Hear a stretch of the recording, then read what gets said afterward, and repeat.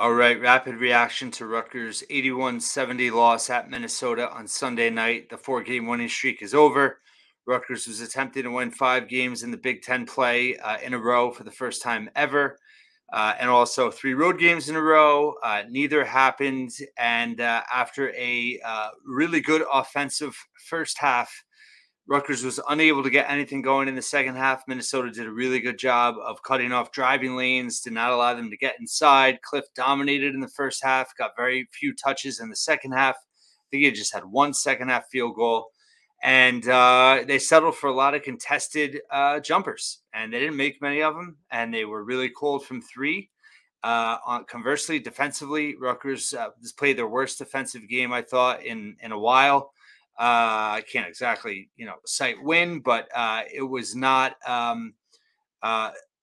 Minnesota sped Rutgers up. I thought that was the key, and the difference in beating Rutgers defense of late has been ball movement. When you move the ball and you get open threes and you knock them down, that's how you beat them. I mean, Iowa has had that formula against Rutgers for quite some time. Michigan State is really good at doing that against Rutgers, and Minnesota, I thought, in a way, kind of replicated that. They're much improved, and it's the third loss in a row for Rutgers at Minnesota. They had, for a second there, you wanted to believe that they could turn the tables and flip the script from last season, that late collapse at Minnesota, where they were down 17. They went on, I believe, an 11-1 run. They got it down to 6 with about 2 minutes to go, and then they just, they couldn't get much closer than that. They traded baskets for a little bit with free throws. That was a big key in this game. Minnesota made more free throws than they have been. They were pretty poor coming in. I mean, both teams were in the mid 60s, and in this game, both teams shot really well from the line. Rutgers was 18 of 22, actually 82%. Let's see. Simpson was 4 of 4. Cliff was 7 of 10. That's big for him. Jeremiah was 5 of 6. Austin Williams 2 of 2. But Minnesota was 23 of 34, which was just 68%. But in the second half, they were 15 and 19. So that was huge. They were making free throws down the stretch. If they weren't able to do that, the game would have gotten even closer. Rutgers, just honestly, I thought they looked gassed in the second half. They've been a little banged up. I thought Peichel played that rotation a lot in the first half, really opened up the rotation, because I feel like he probably knew that they were gassed. I thought he actually coached a pretty good game. I know, comments about Wolf being out there in that critical stretch in the second half. It's kind of funny. I mean, plus minus doesn't always, give a complete reflection of the game. But, Cliff was actually minus 10 on the game. Wolf was plus 2. But yeah, I mean, Wolf got beat inside. He wasn't rebounding well enough. He looked every bit the undersized 4 trying to play 5 that he is. Agbole really didn't play much. I don't know if he played in the second half.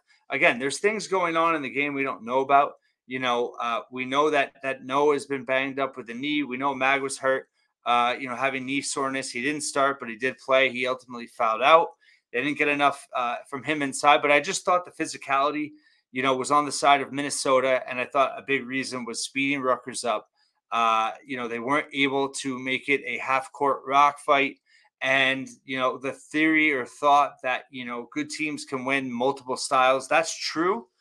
To be honest, I mean, Rutgers, they're not good enough to win in multiple styles right now. They can't shoot to the level you need to shoot to play at a faster pace against a team like Minnesota that does shoot really well. Payne was amazing tonight, stood out, 21 points, 8 of 12 from the floor. Dominated from the wing, was just cutting the basket at will, making everything he wanted inside. From 3 tonight, Hawkins was, slowed down at first, had a great second half. He finished with 16, 3 of 4 from 3, 6 rebounds, 7 assists. Their 2 shooters, Christie was 2 of 4 from 3, and Mitchell was just 1 of 3 from 3. But as a team, they were 8 of 16. From 3-point range. Rutgers just 4 of 19. I talked about it in the preview. Rutgers had to make 6 or 7 threes tonight. They had to limit Minnesota, who was shooting 37% coming in. And, they were allowing opponents to shoot 37. They're shooting 35% themselves. And, they That's really the difference, right? They won by 11, and the margin on it was plus 12 on the 3-point line. That was a big difference in this game in terms of turnovers. Rutgers did turn over Minnesota 15 times. They had 10 steals, and they had 5 blocks, but points off of turnovers. They had a 17-10 edge, which is not bad, but wasn't enough on the road. In terms of rebounding, they were -4. They were +2 on the offensive boards, +3 second chance points, 15-12. Not enough. Points in the paint, they were up 38-30, but fast break points. I mean, Minnesota outplayed them in transition tonight. That was a key. Rutgers really needed to be able to pick their spots and not allow Minnesota to get up and down the floor the way they did. 18-11 fast break point advantage for Minnesota. Listen, Rutgers had 16 assists on 24 made field goals. It was even better than that for a while. They shared the basketball really well in the first half. They were getting good shots, and then it dried up in the second half. Minnesota made adjustments defensively, really cut off driving lanes, and Rutgers struggled. And they settled for a lot of bad shots. They missed layups. What did they shoot when they did get in? They were, just physically, they looked off in terms of their footwork and just kind of their closing speed, and they were just kind of out of whack. Layups tonight, 11-25, 1-1 on dunks, but 12-26. And, they were over a point per possession, but defensively, listen, you're not going to win on the road when you give up 81 points, when you allow the opponent to shoot 8-16 from 3. They got a ton of trips to the foul line. I was worried about foul trouble in this game. I did think, Rutgers, they had a chance in the second half when they got into the bonus rather early, around midway of the second half. To their credit, they hit free throws, but they could not hit a shot. I think they missed 11 threes in a row. I don't know how many field goals in a row, but there was a dry spell quite a bit. And they were just a step slow. Listen, it's been a great run to that 4-game win streak, and I thought Minnesota. I didn't love the matchup, and I thought that it was going to be a really tough game for them. And even Garcia got going. Minnesota just they're a good offensive team, and Rutgers didn't have it tonight defensively. They weren't physical enough. They didn't limit enough one shot possessions. They didn't close out on shooters well enough. They did generate some steals. That press was effective at times, particularly down the stretch. But again, they weren't able to get out in transition enough off of the turnovers. And Minnesota did a really good job of closing them off and forcing them to work in the half court. And that was, their execution was not there. I thought they had a pretty good game plan. I thought it worked pretty well in the first half. I thought Peichel, had them ready. But I do think that this team, showed a little bit of wear and tear tonight. Call it an excuse, whatever you want, but I just think it's reality. And I think that's why you saw such a big rotation from Peichel. Just looking at, let's see, the stats as a whole, in terms of minutes allocations, Derek played 32, Jermichael played 32, Andre 24, Cliff played 31, Jeremiah played 31. Listen, Cliff played 31 minutes. I know that he wasn't there for that stretch where Minnesota kind of took over, but you got to rely on the backup here and there. Ogbole played just 1 minute tonight. I don't know if there's something going on physically there. But Wolf got his first action in 4 games and 8 minutes, did not have a rebound. Between Ogbole, Wolf, 1, 2, 3, just 6 guys had rebounds tonight. Derek had 5, Jermichael had 5, Cliff had 8, Jeremiah Williams had 5, Andre just had 3, Mag just had 2. That's not enough presence on the glass at all. Cliff had his 3 blocks, his 3 steals. He was 19 points, 6 of 10 from the floor, but again, did not get enough touches in that second half. How many shots did he have in the second half? He had 1 field goal attempt in the second half.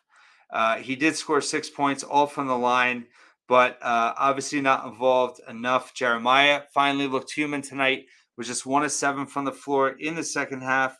For the game, he was just 2 of 10. He did have 5 boards, 4 assists, 0 turnovers, a block, and a steal. He's a gamer. He's a tough player, had 9 points. But, you could see he was frustrated at times because he didn't have driving lanes to get through. Derek made some shots tonight, missed some shots in that second half. He was 6 of 14 overall, 3 of 9 from three. He did have 3 assists, just 1 turnover. Didn't play terribly, but overall, I mean, Hyatt was 2 of 8, didn't make a 3, 0 of 3. Jeremiah, we know, struggled. Mag just 2 of 5, did hit a 3. But nothing much from the bench in terms of shooters from the bench. I mean, they need threes from the bench, and I don't think they got one. Noah didn't take a shot in limited action, just 3 minutes. Oscar played 5 minutes, no shots. Gavin, 8 minutes, 1 3, missed it. So nobody made a 3 off the bench other than Mag. And, Derek's the only one that made 3s besides that. So not enough in that regard. And, disappointing for sure. But, listen, I'm already getting tweets saying well, into next year and got to, figure out who's going to stick. And I don't understand that at all. I don't understand giving up on this team a second time. Winning on the road is hard. And this team has played much more connected and has shown that, I really believe they're a middle of the pack Big Ten team. What that means postseason wise, who knows? They obviously have a crazy uphill battle to make the NCAA tournament. If they won tonight, they'd be firmly on the bubble with a chance to get over the right side. Playing at Purdue on Thursday. Purdue obviously loses at Ohio State on Sunday with an interim coach. Pretty crazy. They're going to be out for blood for sure on Thursday night. But then you come home, you got Michigan and Maryland. Those are 2 winnable games, 2 teams you've already beaten. And then you go back on the road. You're at Nebraska, a team you beat without Jeremiah. And then you're at Wisconsin, a team you did beat as well. So, can you steal 1 or 2 on the road? Can you defend home court? You got an OSU on senior day. This team can still win. What is there? There's 6 games left. I mean, they can still go 4-2 down the stretch here and finish with 10 Big Ten wins. So that would be a clear-cut NIT team. Who knows if they can make a run of the Big Ten tournament? I tend to think the NCAA selection committee does not take much into account with the Big Ten tournament. But listen, where this team was, and they showed the fight at the end of this game, right? I mean, they were honestly, I really think they were gassed in this game, and I think that they got themselves back into it. They made it a little interesting. Obviously, Minnesota makes their free throws. Rutgers really missed any layup opportunities they had in the second half that could have tightened that game up and really turned the tide. But it didn't happen. They didn't have it tonight. But they play hard as always. They just, I think they got sped up and it neutralized their physicality, and they weren't able to exert their will on the defensive end and on the glass enough. And Minnesota's really talented offensively and played well. So you move on. And I think that, there's plenty to like about this team. And Purdue is going to be obviously a huge test on Thursday night. But, even if they lose that game, there's no reason to give up on this team. There's plenty of basketball to be played. And, they're just going to have to adjust. I think that, they're going to have to obviously be more disciplined in the half court offensively. There's a lot to learn from this game. But overall, I think the biggest thing now is catching their breath. The win streak is over. Kind of come down from a cloud and just get back to playing Rutgers basketball, which is, really making it a dogfight and making it very difficult on your opponent. They were not able to beat Minnesota's spots tonight. I thought that was key.